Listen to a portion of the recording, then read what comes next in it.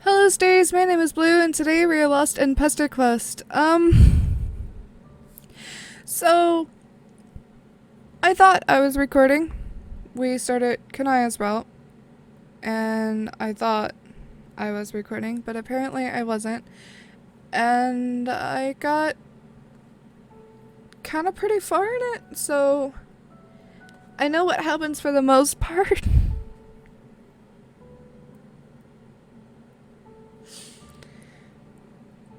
But I still wanna, upload this. So, Volume 5, Route 2. I have plenty of friends. Let's get into it. You're learning more about yourself every day. For example, while you already knew that friendship was everything, you are now realizing that staying with your friends is not a priority. At least, that must be right, because you keep leaving friends and starting over again. Why are you doing this? Probably a deeply held value of some kind? That makes sense. Anyway, you're ready to meet more friends, and the only place you've seen new people recently has been on Jade's dream planet. You zap on over there. This time, something is different. It seems to be a different part of day than before. And the overhead clouds that previously served as fluffy ambient backdrop are now alive with images. Meteors striking a dark world, a planet covered in sugar mountains dotted with goofy giant teapots, a young, gray-skinned alien girl running around catching frogs. This must be the clouds Jade was referencing. The one she said could never be wrong. Well, you can take guidance from them too. You've trusted more dubious things than clouds. You zone in on that frog girl with the short haircut and red skirt. Time for the zappy thing.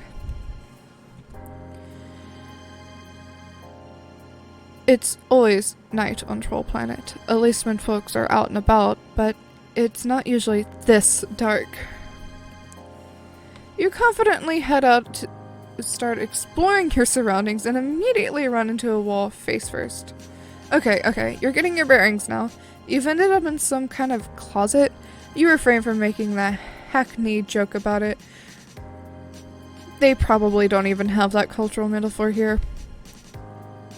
And the noise you made elicited some answering yelp of surprise in the room outside. You hear footsteps approaching you, then someone yanks the door open. She's so pretty. I can't get over how pretty her sprite is. Okay. Hello? What the fuck? Opening the doors has allowed a beam of bright sunlight to fall across your face. You feel instinctively that the light is something to avoid. You hold your hands up to shield your face, then remember that your hands are also made of skin, and whimper. The heat is doing its best to fry you, like a vampire in a movie. Irony. You were sure that idle thought will not end up having any relevance to this troll girl story whatsoever. What are you? Did you just wander in here, or what?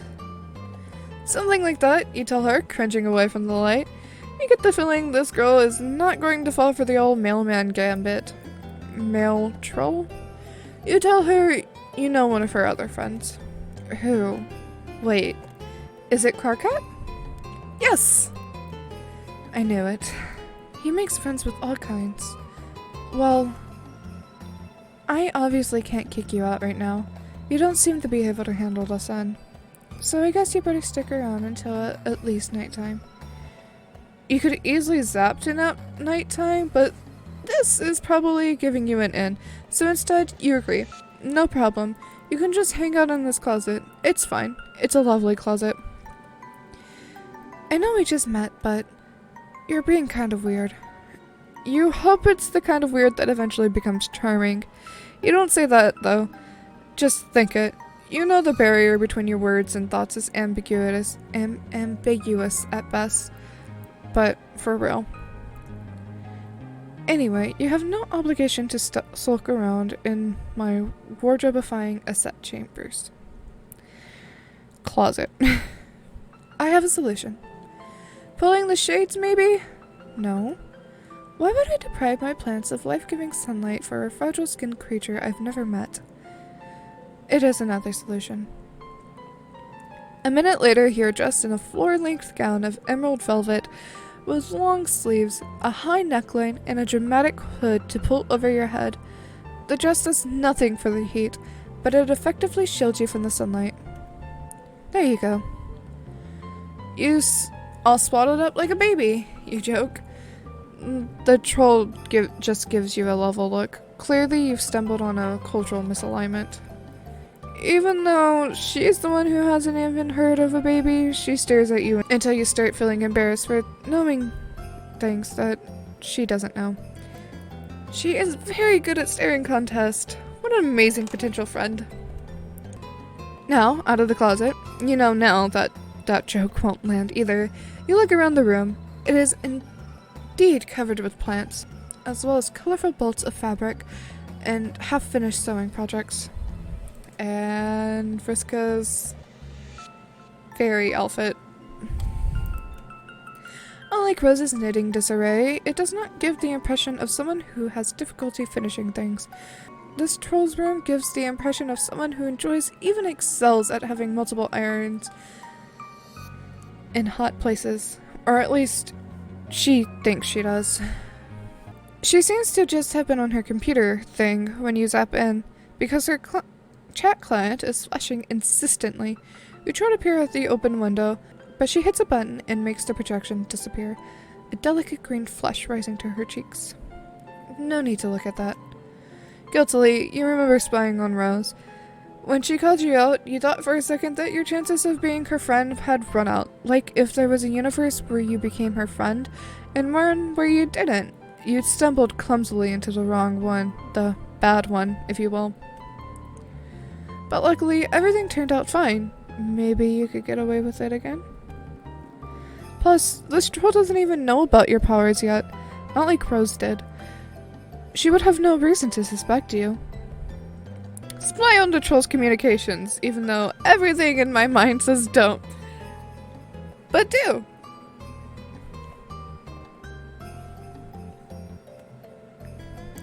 You excuse yourself to the...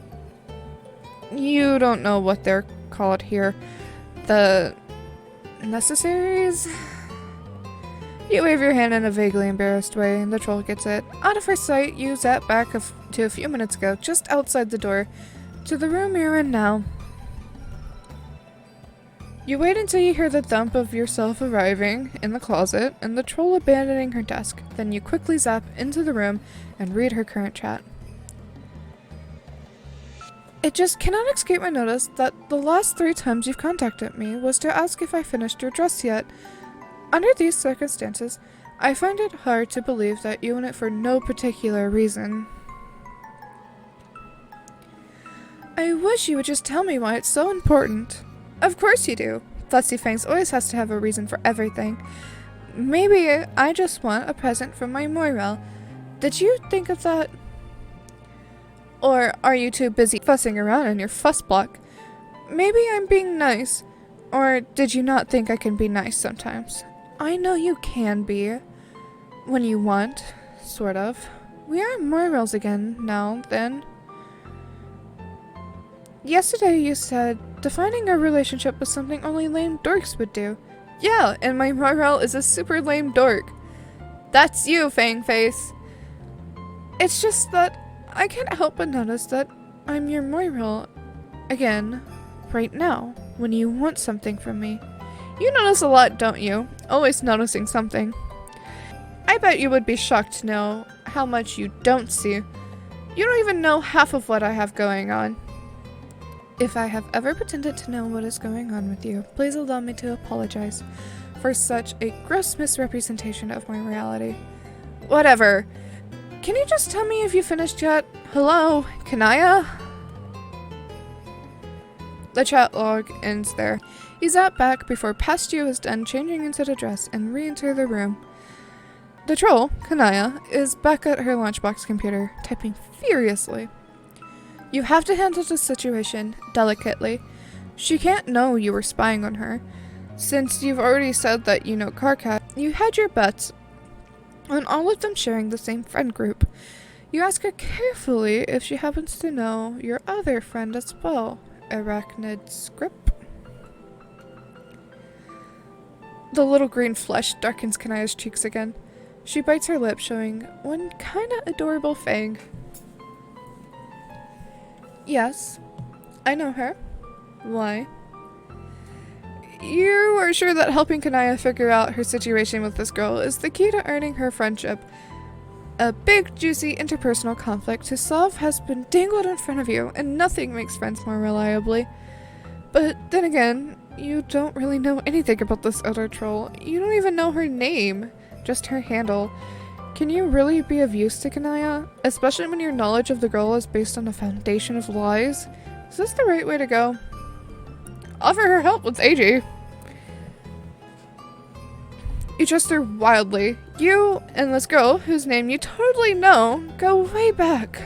In fact, if Kanaya wants some help figuring things out with her, you could definitely help. You're an observant person, this part is true, and you want to help her. This too. Kanaya thinks this over, looking skeptical. What could you do to help? She's just impossible. Everyone knows that already. I am not breaking new ground about Vriska here. Vriska, that must be her name. Despite Kanaya's outward frustration, you keep sensing some kind of guilty affection here. You don't know what a moral is. How could you? This part makes me sad. You've never heard of that word before, but it conjures a feeling inside of you, a vague sense of warmth and comfort, and for some reason, a dark room and the smell of popcorn. Polly Pop?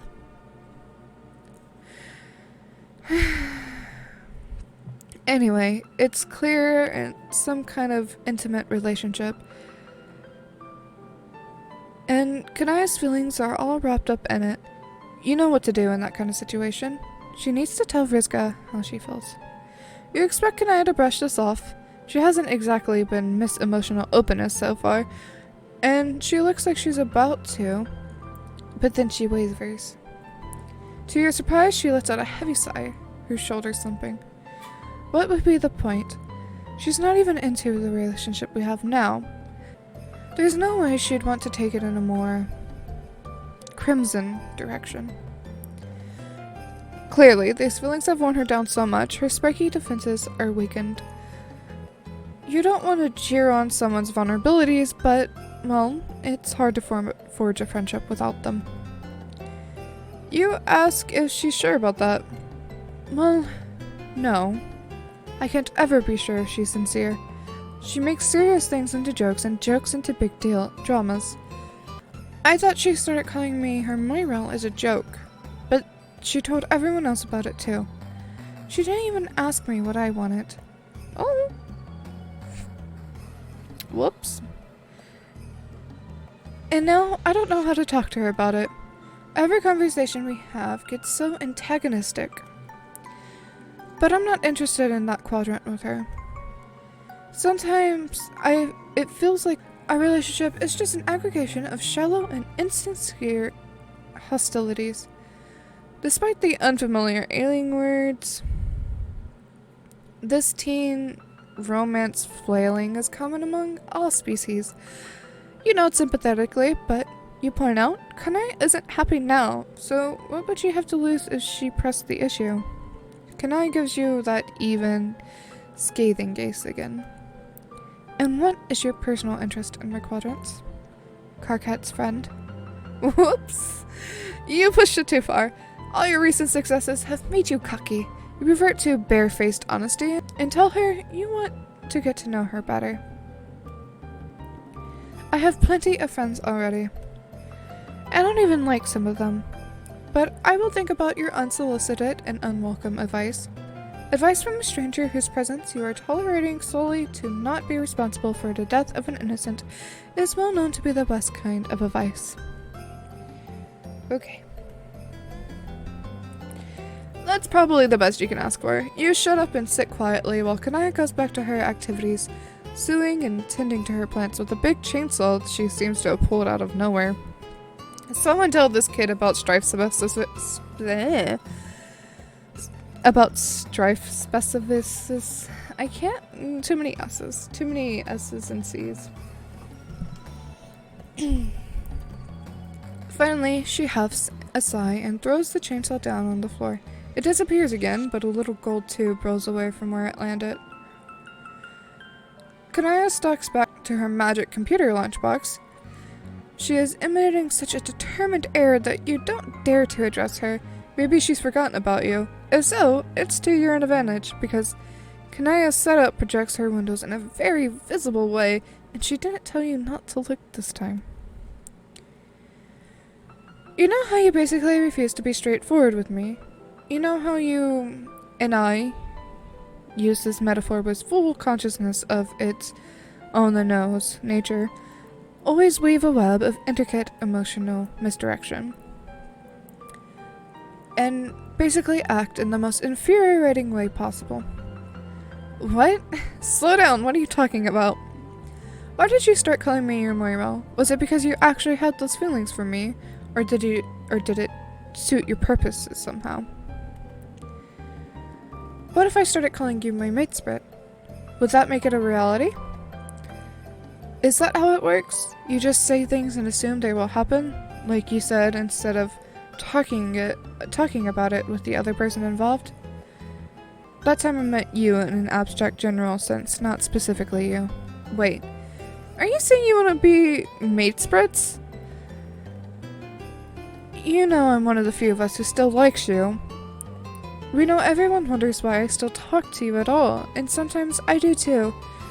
After everything you've done, I think in this situation, the evidence for strong concupiscent feelings on my part is compelling. I do not think our so-called moreligiance is satisfying enough to account for my continued attachment to you. Any outside observer could perceive as much.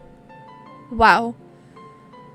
I think there was a confession somewhere buried under all that insulting language.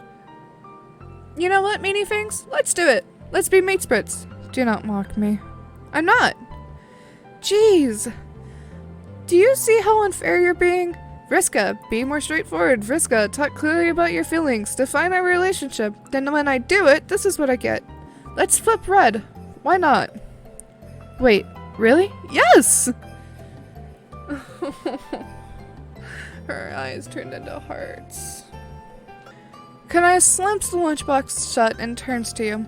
She's even more flustered than she was before. You can't tell if she's freaked out or thrilled. Maybe even she doesn't know. Listen, I have to go somewhere.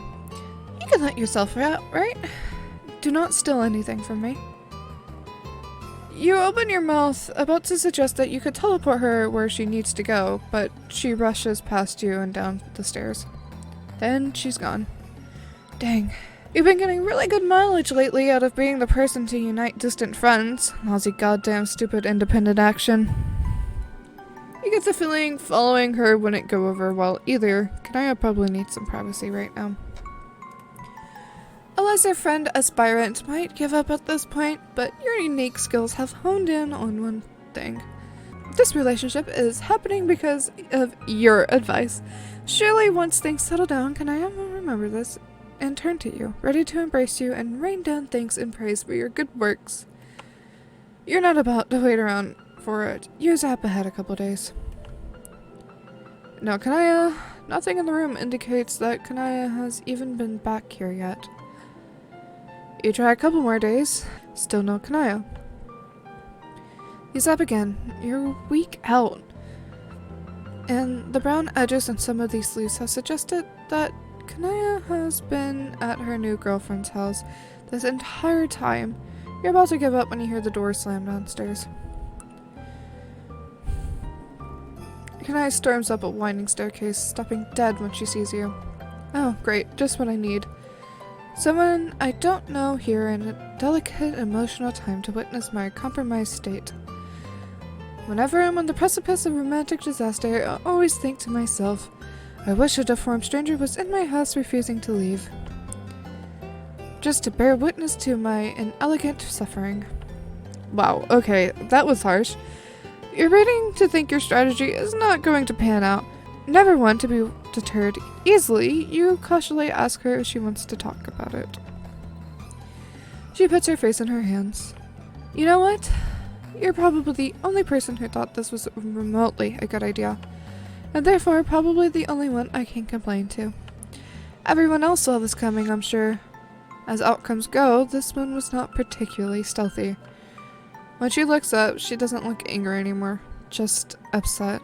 Oh no.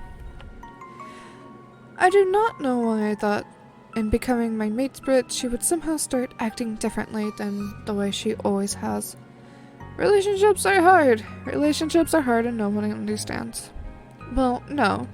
I mean, they're a very common form of social interaction. I think most people, especially past the age when their genetic contribution is legally required, understand. Or face certain culling. Okay, never mind that. You were trying to do a thing and it clearly didn't work. So, things didn't work out with Vriska. You could say that.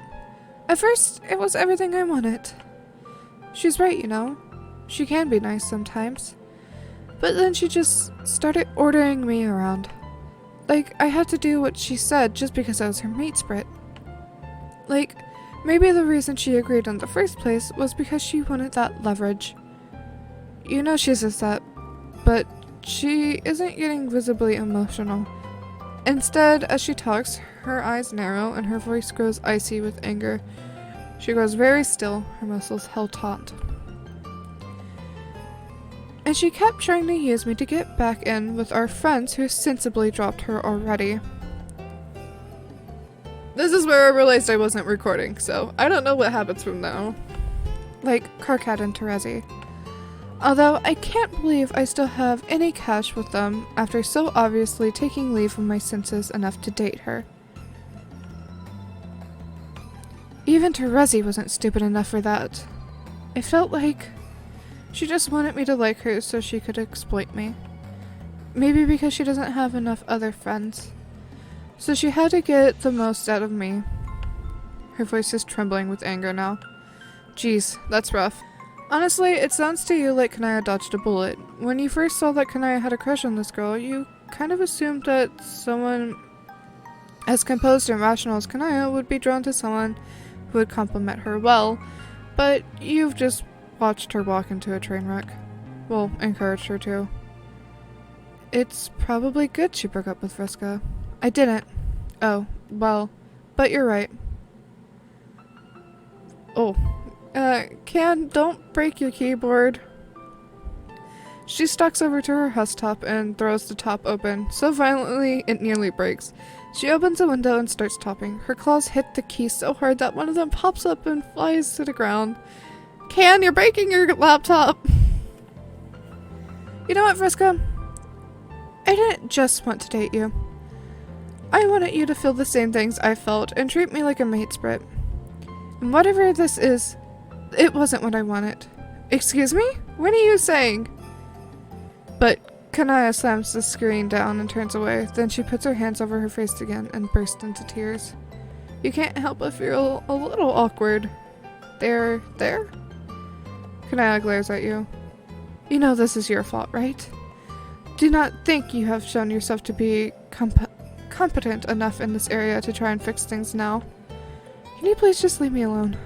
Yeah, you're not gonna be able to turn this around.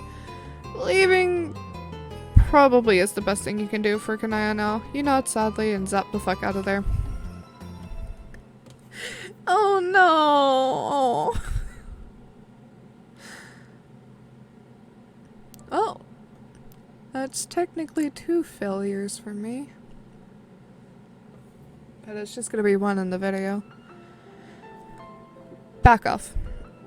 No particular reason, you say. Just curious. Kanaya gives you a suspicious look. Okay. Well, I'm kind of in the middle of something.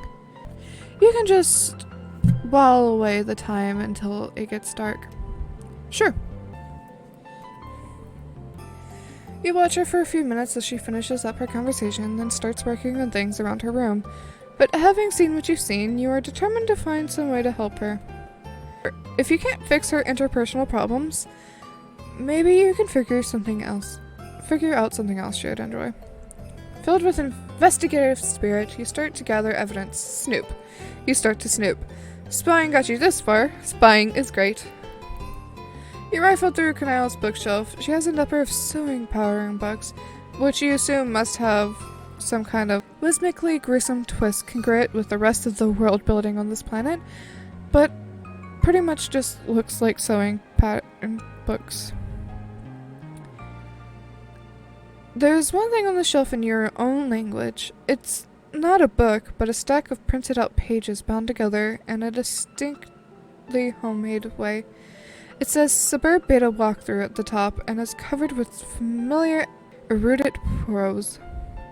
You're pretty sure the events described in this document never happened in the timeline you're currently making, but whatever source Kanaya got from this is not bound strictly to one timeline. There are a number of books featuring shining white figures, mostly women, with prominent fangs, and variously colored blood dripping from their cruel and elegant mouths. They're all dressed in an explosion of brightly colored fabrics. Something about their sparkle strikes you as deeply, strangely familiar. You must just be thinking of vampires. There's no reason you would know anything about whatever the rainbow blood imbibing troll equivalent is. Rainbow drinker. Most of these covers feature a spooning troll of varying genders, clearly about to have their throats turn out sexily. Many of the rainbow vampires are being menaced by brave heroes, all wielding chainsaws. A loud buzz makes you look up. You can't help but notice Kanaya is tending to her topiaries with a large chainsaw of her own. Okay. You're putting all this together. The bright colors around her house, the choice of weapon, the love of sunlight. Kanaya's heart's desire is clearly to date a sexy vampire. Maybe that's what AG is. Or maybe Kanaya is the sexy vampire. You wonder if you could make this happen for her. Maybe on this planet, it's not just a fantasy. You clear your throat to get Kanaya's attention, and then casually wonder aloud if Alternia has any kind of non-living creatures. Oh, you mean the undead? Yes, the undead. Where might one find the undead? It is not difficult. They trot past my hive in their hordes every day, slaving, and so on. Trying to get in sometimes. It's all coming together. That must be the root of Kanaya's fascination. You start to form a plan. For the next few hours, you keep a keen, trained eye on the window. Sure enough, within an hour, a group of strange, shambling creatures lurch into view. You yell and point out the window, drawing Kanaya's attention, then zap yourself out there in front of the horde. You fucking idiot. Now that you're close up, you can see that these guys are not exactly the Bonaire creatures of the night from Kanaya's book covers. They're more like zombies, big, slow, stumbling things, half of them falling apart. Still, needs must. You're going to nut one of them for Kanaya. No, you are not. You stand your ground as they lurch towards you, trying to select the most alluring.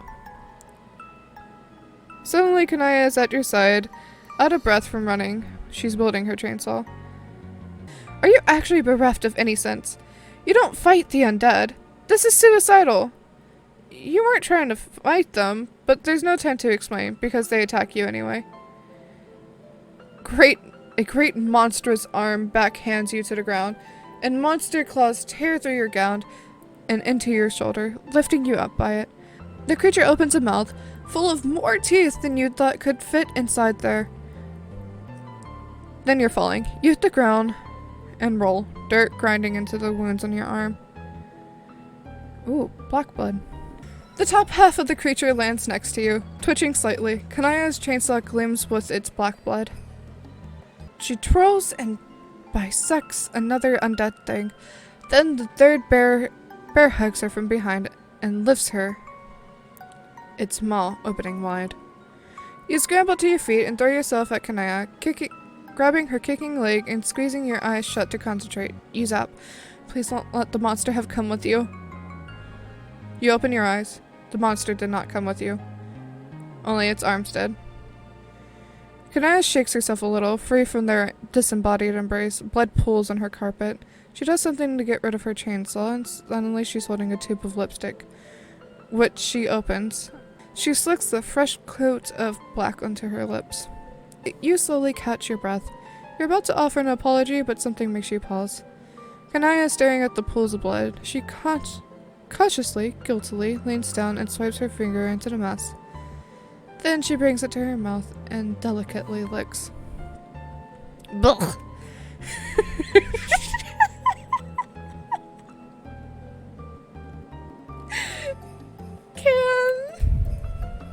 She makes a face and spits the blood out. Then she looks at you, flushing emerald with embarrassment.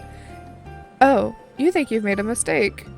Kanaya doesn't want to date a vampire. She wants to be a vampire. She is a vampire. Pretend you did not see that. You smile cautiously. It's okay, you tell her. You're embarrassed yourself by your foolish actions. Yes. Why did you do that? Also, how did you teleport? We will be coming back to that one, don't mistake me. But I can't understand why anyone would run straight into a horde of undead. You look down. Well, it's just that when she said undead, you were picturing something else. Another kind of creature that was dead and now isn't and is a little more appealing. Understanding dawns. Oh, I see. Well, that's understandable. Vampires are just so cool. They're so cool and hot, and it would make sense for anyone to want to be one. I don't know what a vampire is, but I believe we're on the same page. Maybe I misjudged you. Perhaps you have greater intelligence and finer taste than I originally inferred. Maybe, you say, and you bet anyone with taste would find Kanaya's daring, unconventional aesthetic intriguing. Even someone like the tentacle therapist. Kanaya freezes. What? How do you know? Did you just... I mean, who is that? I mean, she clears her throat uncomfortably. Whoever that is, I hope you're alright. And also, well, she looks embarrassed again. Thank you for saying so. You nod, wondering if you should say more. But you should keep that friend's secrets, just like you are going to keep Kanaya's vampire fantasies secret. Because that's what friends do.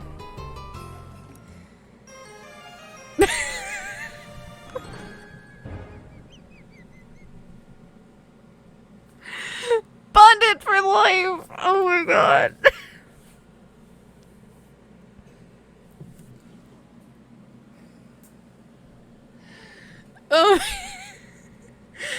None of Kanaya's end screens are flattering.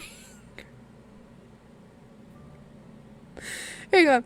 I'm going to skip through to the first one I got.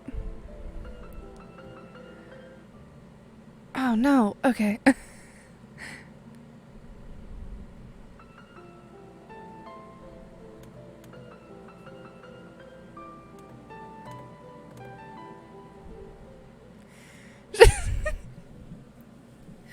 None of these are flattering. They took the Miss Elegant Kanaya and gave her the most unflattering things ever. But that was it for today's stars. If you liked the video, please give it a like and subscribe if you haven't already to join our wonderful galaxy. Comment down below and I'll get back to you in some way or another. And I will see you for our next adventure. Remember, we're all made of the same cosmic dust, so be nice. Kate, love you. Bye!